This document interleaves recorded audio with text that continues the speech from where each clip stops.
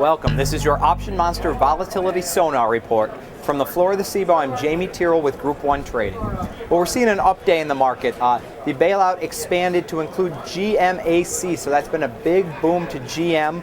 Other automaker stocks, they included $5 billion set aside for GMAC in the finance bailout.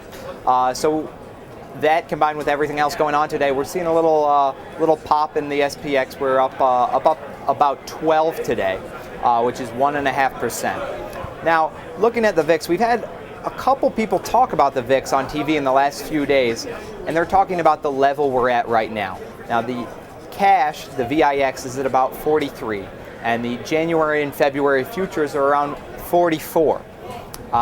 And that's what the VIX measures, is implied volatility in the S&P 500. What option market makers are pricing in the forecast for how volatile the market will be when expiration comes in January. But if you look at what we've actually seen over the last few weeks, the realized volatility, what's already happened, the VIX, the volatility level in the S&P 500 has actually been about 25.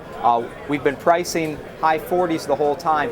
Realized has come in around 25. So people who owned a lot of options in the S&P 500 haven't done very well over the last few weeks, and people who have been short them have done very well over the last few weeks. So right now we're sitting at 43 in the VIX, and people are wondering, why are we still so high?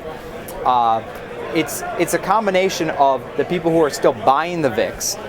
What they're betting is that some sort of event is going to happen between now and then, and there's going to be a return in the unreal volatility we've been seeing the last few months. And the people who are selling the VIX, who are saying over the last few weeks, the VIX is the realized volatility in the S&P 500 has only been about 25. 43 is not sustainable. So we've had a customer who's in that second camp today, that 43 we're not going to continue to see. And they bought the January 42.5, 37.5, 1x2 put spread. So they bought one 42.5 put, and they sold two 37.5 puts. Now they make money if the VIX continues to slip past 43. They start making money at 41.85 because they paid 65 cents to buy one and sell two for the combination of the two. They start making money at 41.85, and they make money all the way down to 33.15.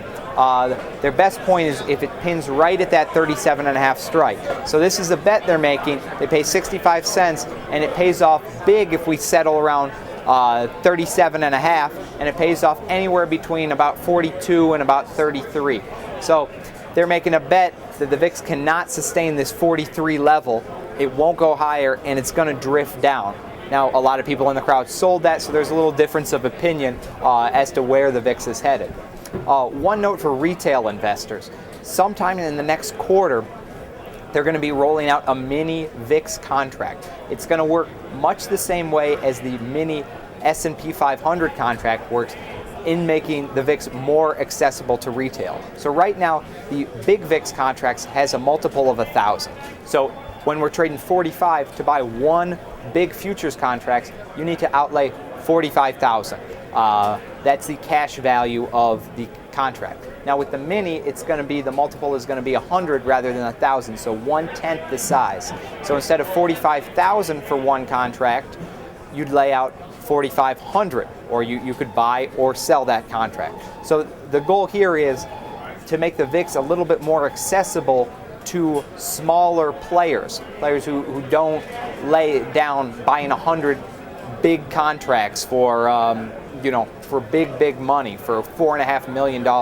People who are laying out more 3 lots and 2 lots in the minis. So we'll make sure to let you know when that launch becomes imminent, but that's something that's coming down the pipe. Check back for more. Jamie Tyrrell, Option Monster. Boys, aircraft carrier around here?